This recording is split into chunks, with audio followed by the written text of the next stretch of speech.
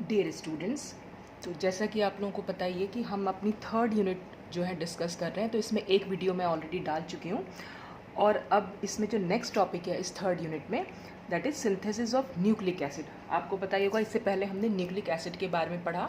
Nucleic acid क्या होते हैं, डीएनए और आरएनए के बारे में बात की थी थोड़ा, और फिर न्यूक्लियोसाइड न्यूक्लियोटाइड के बारे में बात की थी। उसमें कौन कौन से पेंटोज शुगर होंगी, फॉस्फेट ग्रुप होगा। तो ये सब चीज़ें हमने लास्ट वीडियो में डिस्कस करी थी। तो अगर आपने लास्ट वीडियो नहीं देखा है तो पहले आप वो वीडियो देख के आइएगा, उसके बाद यहाँ पर आइएगा, क्योंकि वैसे आपको कुछ समझ नहीं आएगा। तो न्यूक्लिक एसिड हमने जैसे पिछली बार भी डिस्कस किया था कि न्यूक्लिक एसिड होते क्या हैं एक्चुअल में। ये एक पॉलीमर्स होते हैं जो कि बहुत सारे न्यूक्लियोटाइड यूनिट से मिलकर बने हुए होते हैं। यानी अगर कोई पूछे कि न्यूक्लिक एसिड की मोनोमर यूनिट क्या है, तो उसकी मोनोमर यूनिट होती है न्यूक्लियोटाइड। और ये मैंने लास्ट वीडियो में डिस्कस भी किया था कि न्यूक्लियोसाइड और न्यूक्लियोटाइड में क्या डिफरेंस है। तो न्यूक्लियोसाइड अगर हमारे होंगे, अगर मैं ये बोल रही हूँ कि ये न्यूक्लियोसाइड है, तो न्यूक्लियोसाइड का मतलब है हम उसमें एक बेस ले ले रहे हैं, नाइट्रोजनस बेस, जो हमने पिछली बार बात की थी, प्यूरीन और पिरिमिडीन बेस में से कोई भी बेस हो सकता है, और प्लस उसमें शुगर होगा। और शुगर कौन सी होगी, पेंटोज शुगर। डीएनए और आरएनए के जैसे होती है उनमें, जैसे एक राइबोज शुगर आरएनए में होती है और डीऑक्सीराइबोज डीएनए में होती है। तो दोनों में से कोई भी शुगर यहाँ हो सकती है, डिपेंड करता है कि स्ट्रक्चर किसका बना रहे हैं हम।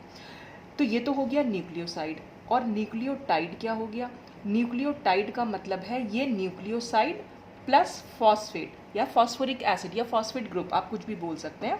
तो उसमें अगर एक फॉस्फोरिक एसिड होगा या फॉस्फेट ग्रुप प्रेजेंट होगा तो हम न्यूक्लियोटाइड बोल देते हैं उसको।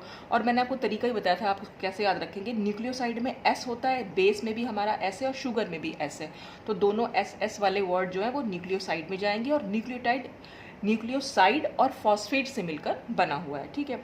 और जब इन्हीं न्यूक्लियोटाइड को हम आपस में ज्वाइन कर दें, मतलब हम बहुत सारे न्यूक्लियोटाइड, अगर हम एक न्यूक्लियोटाइड को दूसरे न्यूक्लियोटाइड से ज्वाइन करेंगे तो हमारा बनेगा डाई न्यूक्लियोटाइड।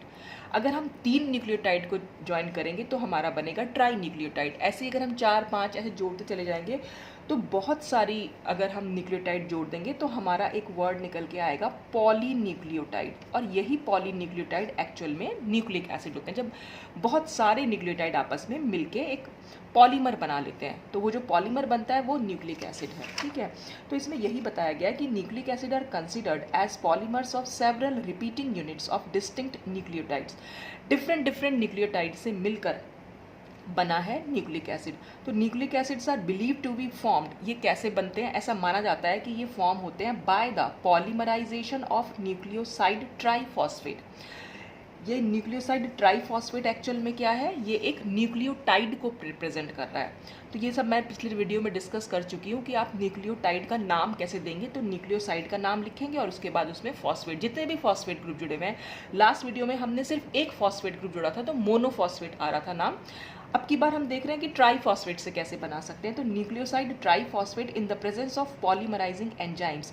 तो इसमें क्या होगा, न्यूक्लिक एसिड के लिए ऐसा माना जाता है कि बहुत सारे न्यूक्लियोटाइड आपस में कंबाइन होते चले जाते हैं in the presence of polymerising enzyme. हम कोई भी एंजाइम जो पॉलीमराइजिंग एंजाइम हो उसकी प्रेजेंस में ये रिएक्शन करा देते हैं। जैसे कि नीचे हमने शो भी कर रखा है, for example formation of guanosine adenine di nucleotide. अब ग्वानोसिन एडेनिन डाई न्यूक्लियोटाइड कैसे बनेगा वो हम यहाँ देख लेते हैं। देखिए, ये जो पूरा स्ट्रक्चर बनाया हुआ है ये ग्वानोसिन ट्राइफॉस्फेट का है। अब आपको ऐसे देखने में लग रहा होगा कि ये इतना बड़ा स्ट्रक्चर हम कैसे याद करेंगे, पर अगर आपने लास्ट वीडियो देखा होगा तो आपको इजीली ये याद करने में मतलब परेशानी नहीं होगी, इजीली आप इसको याद कर सकते हैं, क्योंकि आपको इस सब कुछ टुकड़ों में याद करना है। कैसे, देखिए, इसमें ग्वानोसिन ट्राइफॉस्फेट में क्या है, एक तो हमने ग्वानीन बेस ले रखा है। तो आपको मैंने बताया था लास्ट वीडियो में भी कि प्यूरीन्स और पिरिमिडीन्स जो बेसिस हैं, अगर आपको उनका स्ट्रक्चर याद है तो फिर आगे आप न्यूक्लियोसाइड और न्यूक्लियोटाइड सबके स्ट्रक्चर जो है बना सकते हैं। तो आपने सिर्फ इतना स्ट्रक्चर याद कर लिया, ठीक है। अच्छा, फिर आपने पेंटोज शुगर याद कर रखी होगी। राइबोज और डीऑक्सीराइबोज का हमारे पास स्ट्रक्चर हमें याद होना चाहिए। तो ये जो हमारे पास स्ट्रक्चर है वो किसका है? ये राइबोज शुगर का है। और ये मैंने आपको बताया था राइबोज और डीऑक्सीराइबोज में हम डिफ्रेंशिएट कैसे करेंगे। डीऑक्सीराइबोज का मतलब है कि ऑक्सीजन निकल चुकी है, यानी कि सेकंड पोजीशन से निकल चुकी है, तो 2-डीऑक्सीराइबोज लिखते हैं हम। तो सेकंड पोजीशन पर आप देख रहे हैं यहाँ पर तो ऑक्सीजन है, तो इसका मतलब ये राइबोज शुगर है। अगर हम यहाँ से ऑक्सीजन हटा देंगे तो ये पूरा स्ट्रक्चर जो है डीऑक्सीराइबोज का बन जाएगा। ठीक, फिर मैंने आपको पॉइंट ऑफ लिंकेज बताए थे। तो ये दोनों चीज़ें पेंटोज शुगर और जो हमारा बेस है, इन दोनों का जो पॉइंट ऑफ लिंकेज होता है, इसमें तो कार्बन नंबर 1 और ये जो नाइट्रोजन जो हमारा 9 नंबर का होता है प्यूरीन बेसिस में, उनके बीच में लिंकेज होती है। और इस लिंकेज से इतना पोर्शन हमारा जो कहलाता है वो है न्यूक्लियोसाइड। न्यूक्लियोसाइड में या तो प्यूरीन या पिरिमिडीन बेस होगा या फिर एक और प्लस एक शुगर होगी। ठीक है, और दोनों के बीच में एक बीटा ग्लाइकोसाइडिक लिंक, ये जो लिंकेज है इसको हम बीटा ग्लाइकोसाइडिक लिंकेज बोलते हैं। ये सब मैं लास्ट वीडियो में डिस्कस कर चुकी हूँ, तो कैसे बना है वो सब आप पीछे जाके देख लीजिएगा प्रीवियस वीडियो में। तो ये जो इतना पोर्शन बना, यानी कि इस बेस और इस शुगर को मिलाकर जो स्ट्रक्चर बना वो हो गया न्यूक्लियोसाइड। ठीक है, अब न्यूक्लियोटाइड कैसे बनेगा? तो न्यूक्लियोसाइड में जब हम एक ये ऐड कर देते हैं फॉस्फेट शुगर, या शुगर कह रही हूँ मैं, सॉरी, फॉस्फोरिक एसिड। अब फॉस्फोरिक एसिड के एक मॉलिक्यूल आपने ऐड किया या 2 मॉलिक्यूल या 3 मॉलिक्यूल ऐड किया, उसी के बेसिस पर हम उसका नाम लिख देते हैं। तो जैसे पिछली बार मैंने आपसे डिस्कस किया था कि हमने सिर्फ एक ही फॉस्फोरिक एसिड को यहाँ जोड़ा हुआ था, तो जब एक ही फॉस्फोरिक एसिड होगा तो नाम हो जाएगा मोनो। यहाँ पर हमने लिखा है ग्वानोसिन। अच्छा, ये ग्वानोसिन नाम कैसे आया? ग्वानोसिन, खाली ग्वानोसिन का मतलब है एक न्यूक्लियोटाइड, ये है ग्वानीन बेस। ठीक है, ग्वानीन में जब हमने ये शुगर को ऐड किया तो हमारा बन गया ग्वानोसिन, और ग्वानोसिन में जब हमने फॉस्फेट ग्रुप को ऐड किया तो हमारा पूरा का पूरा बन गया एक न्यूक्लियोटाइड। ठीक है, इतना बना हमारा न्यूक्लियोसाइड, और जब ये जोड़ दिया तो हमारा बन गया न्यूक्लियोटाइड। तो न्यूक्लियोसाइड का नाम हो गया ग्वानोसिन। और ये मैंने आपको बताया भी था कि प्यूरीन से अगर बना हुआ होता है तो एंड हम INE पे करते हैं। तो ये सब मैं दोबारा से नहीं बता रही हूँ आपको, आप प्रीवियस वीडियो जाके देखिएगा। तो मैं आपको सिर्फ इतना बताना चाहती थी कि प्रीवियस वीडियो में हमने सिर्फ एक फॉस्फोरिक एसिड मॉलिक्यूल को जोड़ा था। तो अगर यहाँ पर एक फॉस्फोरिक एसिड होता, सपोज ये इतना पोर्शन होता, ये O की जगह यहाँ पर OH लिखा हुआ होता, तब इसका नाम क्या हो जाता? तब हम इसको बोलते ग्वानोसिन मोनोफॉस्फेट, और शॉर्ट में हम क्या लिखते? GMP। ठीक है, लेकिन आप 2 भी जोड़ सकते हैं, आप 3 भी जोड़ सकते हैं, कितने भी मतलब यहाँ पर जुड़ सकते हैं। तो अगर हम यहाँ पर 2 फॉस्फेट ग्रुप जोड़ देते तो हो जाता ग्वानोसिन डाइफॉस्फेट। हमने यहाँ 3 जोड़े हैं, कैसे मालूम पड़ा 3 जोड़े हैं? क्योंकि हमें 3 फॉस्फोरस दिख रहे हैं, तो 3 फॉस्फोरिक एसिड के मॉलिक्यूल लिए होंगे तभी तो ये जुड़ा के आया होगा। तो ये है ग्वानोसिन ट्राइफॉस्फेट। तो ये भी एक अपने आप में पूरा न्यूक्लियोटाइड है। ठीक, अब क्या हुआ, इसकी रिएक्शन अगर हम एक दूसरे न्यूक्लियोटाइड से करा दें in presence of polymerising enzyme. ठीक है, अब ये दूसरा न्यूक्लियोटाइड क्या है? ये हमारा है एडिनोसिन ट्राइफॉस्फेट। ATP आपने नाम सुना होगा। ATP तो हमारा काफ़ी वर्ड, हम ये बायो में, अगर आप बायो के स्टूडेंट हैं तो आपने बहुत अच्छे से सुना हुआ होगा कि एडिनोसिन ट्राइफॉस्फेट या एडिनोसिन डाइफॉस्फेट, और लास्ट वीडियो में हमने एडिनोसिन मोनोफॉस्फेट को, तो मोनो डाई ट्राई का तो डिपेंड करता है हमने कितने फॉस्फोरिक एसिड यहाँ पर यूज़ किए हैं। तो एडिनोसिन कैसे बना होगा? सबसे पहले तो हम ये देखते हैं। तो इसमें हमने एडिनिन प्यूरीन बेस लिया हुआ है, तो ये एडिनिन का स्ट्रक्चर है। एडिनिन में हमने राइबोज शुगर ऐड कर दी तो ये एडिनोसिन बन गया, और फिर हम इसमें फॉस्फोरिक एसिड को ऐड कर दे रहे हैं क्योंकि 3 फॉस्फोरिक एसिड हैं, तो इसलिए इसका नाम हो जाएगा एडिनोसिन ट्राइफॉस्फेट। अब इन दोनों की रिएक्शन होनी है, और इन दोनों की रिएक्शन से हमारे पास जो स्ट्रक्चर निकल के आएगा वो होगा डाई न्यूक्लियोटाइड, क्योंकि ये भी एक न्यूक्लियोटाइड है और ये भी एक न्यूक्लियोटाइड है। जब ये दोनों आपस में जुड़ जाएंगे तो एक डाई न्यूक्लियोटाइड यहाँ पर बन के आएगा। अब ये जुड़ते कैसे हैं? तो आप सिर्फ इतना ध्यान रखिएगा, जो भी हमारी पेंटोज शुगर हमने ली हुई है उसका एक तो 5 नंबरिंग मैंने आपको पिछली बार बताई थी, 1 2 3 4 5 कार्बन। ठीक है, एक तो ये 5 कार्बन वाली और एक ये 3 कार्बन वाली। बस ये दोनों कार्बन ही जो है वो बॉन्डिंग में यूज होती हैं जब ये किसी दूसरे न्यूक्लियोटाइड से जुड़ जाता है। ठीक है, तो अब इसमें क्या होगा, जब इसको इससे जुड़ना है तो आप क्या करेंगे, एक का तो हम 3 वाला कार्बन लेंगे और दूसरे का हम 5 वाला कार्बन लेंगे, और 5 वाले कार्बन से कौन सा जो भी फॉस्फेट ग्रुप जुड़ा हुआ है बस उसके बीच में रिएक्शन होती है। कैसे होती है वो मैं आपको बता रही हूँ। देखिए जो इसमें 3rd कार्बन है इससे एक OH ग्रुप जुड़ा हुआ है यहाँ पर, और जो इसकी 5 कार्बन है ये मैंने 5 डैश नाम दे दिए, 1 dash 2 dash 3 dash 4 dash 5 dash, ठीक है, तो नंबरिंग कर दिए इनको। तो आप 5 डैश से देख रहे हैं जो ये पहला वाला फॉस्फेट ग्रुप जुड़ा हुआ है इसमें ये एक OH है, तो यहाँ पर भी एक OH है और यहाँ भी एक OH है। तो होता क्या है कि यहाँ से ये OH और यहाँ से ये H ये वाटर बना के निकल जाते हैं, यानी ये H प्लस निकलेगा और यहाँ से OH माइनस निकलेगा, ठीक है। तो जब यहाँ से OH माइनस निकलेगा यानी ये बॉन्ड यहाँ पर अगर मैं शिफ्ट करा दूँ इस बॉन्ड को, तो क्या होगा, OH ये बॉन्ड टूटेगा, OH पे तो माइनस चार्ज आएगा, फॉस्फेट पे पॉजिटिव चार्ज आएगा, और यहाँ पर जब O और H के बीच का बॉन्ड टूटेगा तो H पे पॉजिटिव चार्ज होगा और O पे नेगेटिव चार्ज होगा। तो O का नेगेटिव चार्ज और फास्फोरस का पॉजिटिव चार्ज आपस में बॉन्ड बना सकते हैं, और H पे पॉजिटिव चार्ज और OH पे नेगेटिव चार्ज ये वाटर बना के यहाँ से निकल जाते हैं। तो जब यहाँ आप सिर्फ इतना समझ लीजिए, यहाँ से H और ये OH जब निकल जाता है तो इस फास्फोरस इस ऑक्सीजन के बीच में एक बॉन्ड बन जाता है, ठीक है।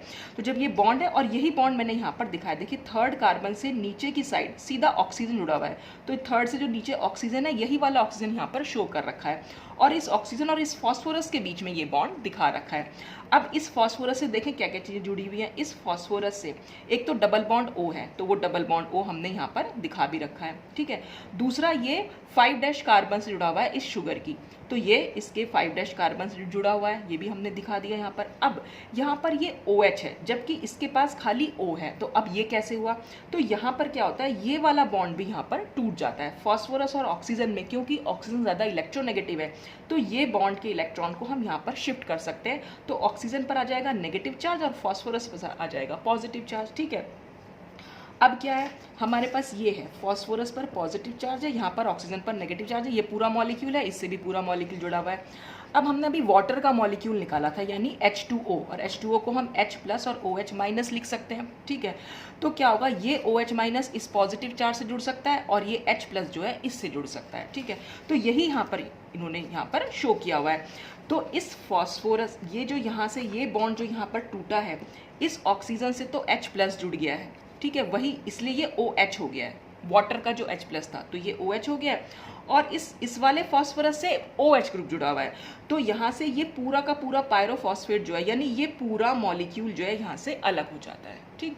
तो इस तरह से यहाँ पर ये कॉम्बिनेशन हमारा बन के आया। तो अब क्या होगा, इसके और इसके बीच में तो लिंकेज हो गया, ऐसे ये ये तो हमारा डाई न्यूक्लियोटाइड बना। अब अगर हमें ट्राई न्यूक्लियोटाइड करना है तो क्या होगा, ये 3 डैश वाली जो कार्बन है ये फिर एक दूसरे न्यूक्लियोटाइड से जुड़ेगी, इसीलिए यहाँ पर बॉन्ड के बाद मैंने खाली ऑक्सीजन छोड़ के यहाँ बॉन्ड बना के छोड़ दिया है कि ये आगे जुड़ने के लिए है, ठीक है, एक दूसरे न्यूक्लियोटाइड से यहाँ पर जुड़ जाएगी। तो हर शुगर में 3 वाला कार्बन और 5 वाले कार्बन का जो बॉन्ड है वो आपको बना के छोड़ देना है ताकि आगे वाले न्यूक्लियोटाइड से वो जुड़ सके, हमें शो करना होता है ऐसे। अब जैसे यहाँ पर भी है, यहाँ पर भी क्या कर रखा है, अब ये क्या करेगा, ये एक दूसरे न्यूक्लियोटाइड से जुड़ेगा, यहाँ पर भी यही होगा कि इसका OH और दूसरे न्यूक्लियोटाइड का जो 3rd एंड होगा उसका H जो है निकल जाएगा, और यहाँ पर भी ये OH हो जाएगा। तो ये इसी तरह से दिखा रखा है कि इतना पोर्शन इसमें आपको दिखा रखा है, ये CH2 यहाँ पर CH2O जो दिखा रखा है और O से जोड़ दिया आगे की साइड, तो ये इतना बॉन्ड जो है मैंने बना के छोड़ दिया है और ये लिख दिया है कि बॉन्ड टू नेक्स्ट न्यूक्लियोटाइड, क्योंकि यहाँ पर इतना पोर्शन तो ये अलग हो जाएगा, ठीक है, और बाकी जो बचेगा वो दूसरे वाले कार्बन से दूसरे वाले न्यूक्लियोटाइड से जुड़ जाएगा। तो ये इसलिए यहाँ पर ये बॉन्ड बना के छोड़ दिए गए। तो आपको सिर्फ इतना याद रखना है कि जो शुगर हमने ले रखी है उसका 3rd वाला कार्बन और जो 5 कार्बन से फॉस्फेट ग्रुप जुड़ा हुआ है उसका जो ये हाइड्रोक्सिल ग्रुप है उनके बीच में हमेशा बॉन्डिंग होती है। तो ये तो हमारे डाई न्यूक्लियोटाइड बना। अब इसी तरह से हम ट्राई बना सकते हैं, टेट्रा न्यूक्लियोटाइड बना सकते हैं, पेंटा बना सकते हैं, और बहुत सारे न्यूक्लियोटाइड जब जुड़ जाएंगे तो ऐसे ही पॉली न्यूक्लियोटाइड यहाँ पर बन के आएगा। और यहाँ जो ये बॉन्डिंग हम दिखा रहे हैं ये वाली, इसको हम बोल देते हैं फॉस्फोडाइएस्टर लिंकेज। ये लिंकेज का नाम जरूर याद रखिएगा, इसका नाम है फॉस्फोडाइएस्टर लिंकेज। फॉस्फो तो फास्फोरस की वजह से, और क्योंकि यहाँ पर 2 एस्टर बॉन्ड बने हुए हैं तो उस वजह से हमने इसका नाम दे रखा है फॉस्फोडाइएस्टर लिंकेज। और इनकी नंबरिंग भी है, ये 3 और ये 5। तो कहीं कहीं पर आपको 3,5 फॉस्फोडाइएस्टर लिंकेज मिलेगा लिखा हुआ, कहीं कहीं पर आपको 3-5- फॉस्फोडाइएस्टर लिंकेज मिलेगा। तो वो तो नंबरिंग के ऊपर है, आपने नंबरिंग किस हिसाब से कर रखी है, बस इस लिंकेज का नाम ध्यान रखिएगा, बस ये फॉस्फोडाइएस्टर लिंकेज है। तो जितने भी न्यूक्लियोटाइड हैं वो आपस में फॉस्फोडाइएस्टर लिंकेज से जुड़ते चले जाते हैं और एक पॉलीन्यूक्लियोटाइड को बना लेते हैं। तो अब हम इसमें नेक्स्ट पेज पे देखेंगे, ये तो सिंथेसिस हो गई न्यूक्लिक एसिड की। अब हम देखेंगे स्ट्रक्चर ऑफ पॉलीन्यूक्लियोटाइड। तो न्यूक्लिक एसिड, पॉलीन्यूक्लियोटाइड एक्चुअल में क्या है, न्यूक्लिक एसिड है। इनका स्ट्रक्चर कैसे बन के आ रहा है, nucleic acids are made up of a long strands of nucleotide subunits linked by phosphodiester bond. तो जितने भी न्यूक्लिक एसिड हैं वो सारी न्यूक्लियोटाइड सब यूनिट के लंबे लंबे स्ट्रैंड से मिलकर, ये स्ट्रैंड ही होता है पूरा का पूरा, जैसे ये जो बन गया ना, ये एक पूरा स्ट्रैंड, मतलब धागा टाइप से समझ लीजिए आप, धागा तो नहीं होता खैर, लेकिन एक लॉन्ग स्ट्रैंड जो है वो बनता चला जाता है। ये सारी यूनिट जो है आपस में जुड़ती चली जाती हैं, इसलिए हम इसके लिए वर्ड यूज़ कर ले रहे हैं स्ट्रैंड। तो बहुत सारे न्यूक्लियोटाइड सब यूनिट से मिलकर बनते हैं न्यूक्लिक एसिड, और ये न्यूक्लियोटाइड आपस में जुड़े हुए होते हैं फॉस्फोडाइएस्टर बॉन्ड से। और ये फॉस्फोडाइएस्टर बॉन्ड किस किस के बीच में बनता है, C3 के हाइड्रोक्सिल ग्रुप के बीच में, जैसा कि मैंने आपको यहाँ दिखाया ही था। ये C3 कार्बन है, इसका ये हाइड्रोक्सिल ग्रुप है। तो और दूसरा क्या लिखा हुआ है, एक न्यूक्लियोटाइड का C3 हाइड्रोक्सिल ग्रुप और दूसरे न्यूक्लियोटाइड का C5 phosphate group of the other nucleotide.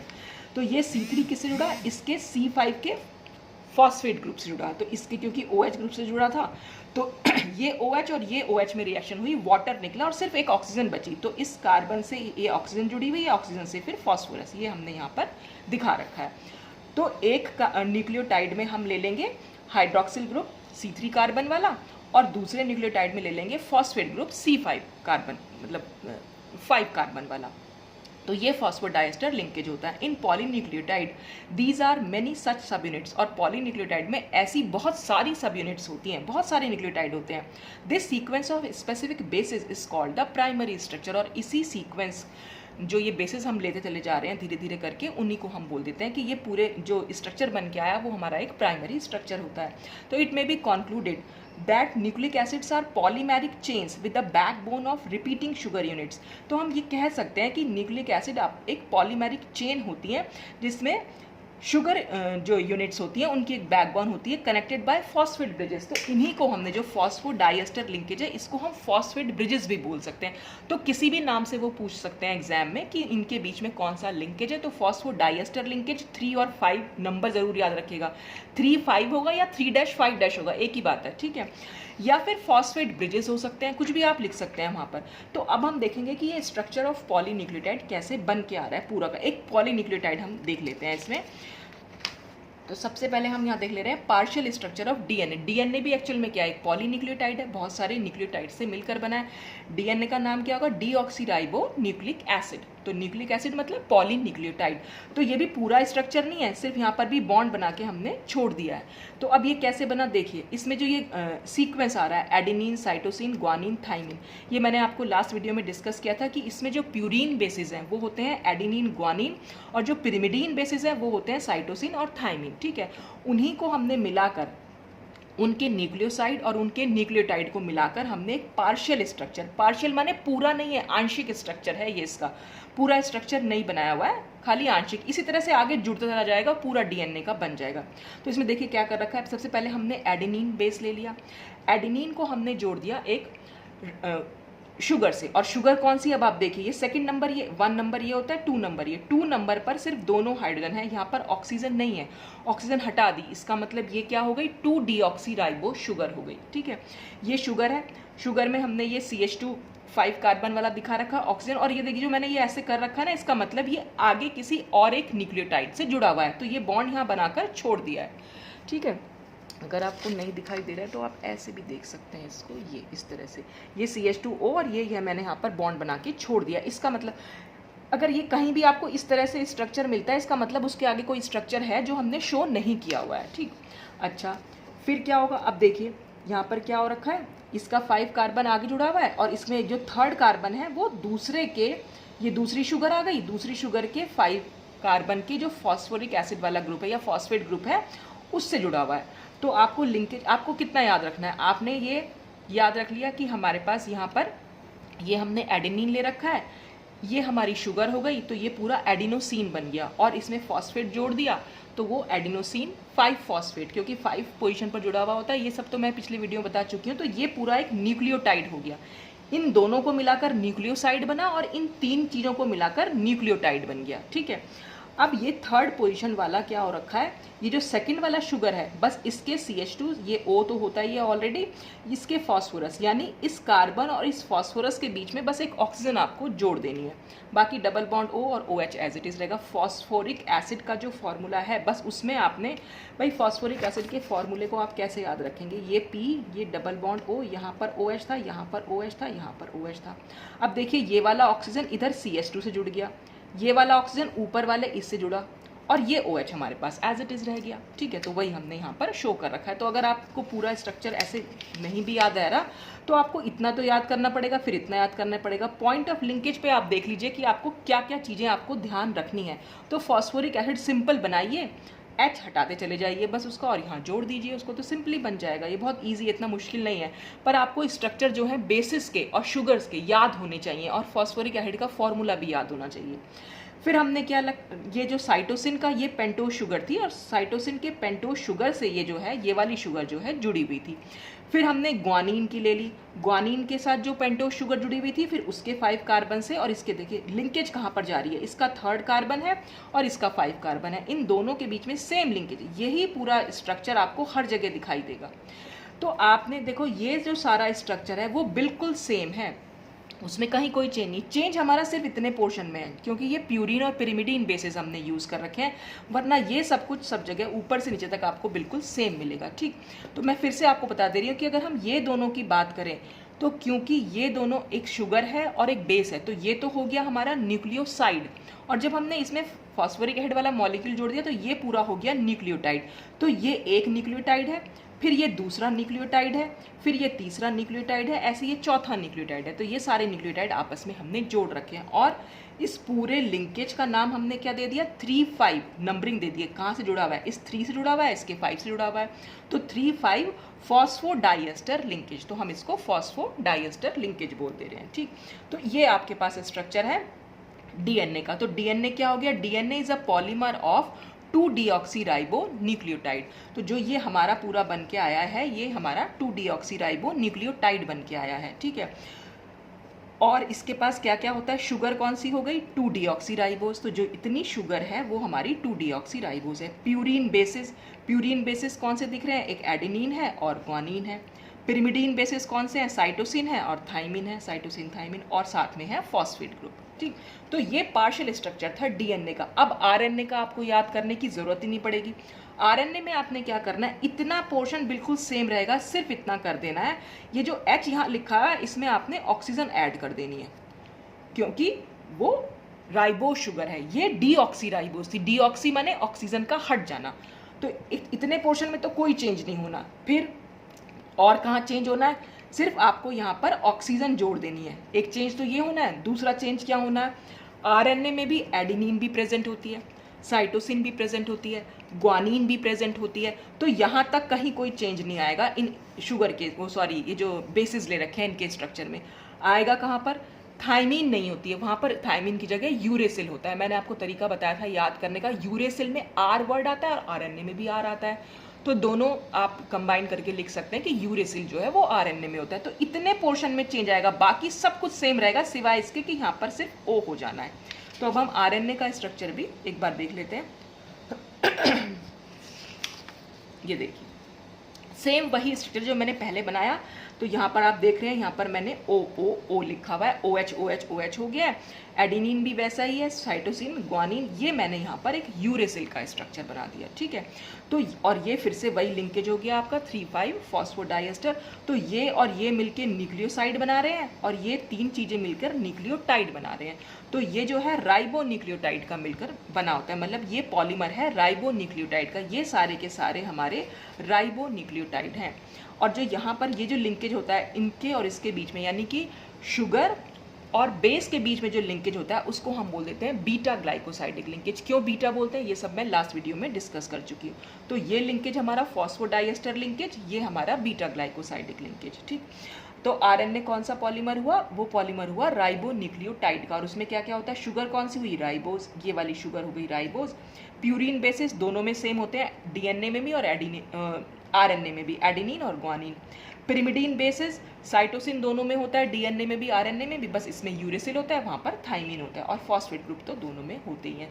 तो ये स्ट्रक्चर बहुत ईजी है, और ये ईजी तभी है जब आपको ये बेसिक स्ट्रक्चर्स याद होंगे, यानी इन बेसिस के नाम भी याद होने चाहिए, स्ट्रक्चर याद होने चाहिए। पेंटोज शुगर जो हमने ली रखी है, राइबोज भी और डीऑक्सीराइबोज भी, और फिर हम उसमें फॉस्फेट ग्रुप को ऐड कर देंगे। तो ये सब कुछ कैसे बने हैं, ये सब लास्ट वीडियो में मैंने डिस्कस किए हैं, कौन कौन से स्ट्रक्चर हैं। तो पहले आप वही वीडियो देखिएगा, उसके बाद ये वीडियो देखिएगा। तो यहाँ पर ये खत्म होता है स्ट्रक्चर ऑफ पॉलीन्यूक्लियोटाइड और सिंथेसिस ऑफ न्यूक्लिक एसिड। तो आज के लिए बस इतना ही। Thanks for watching.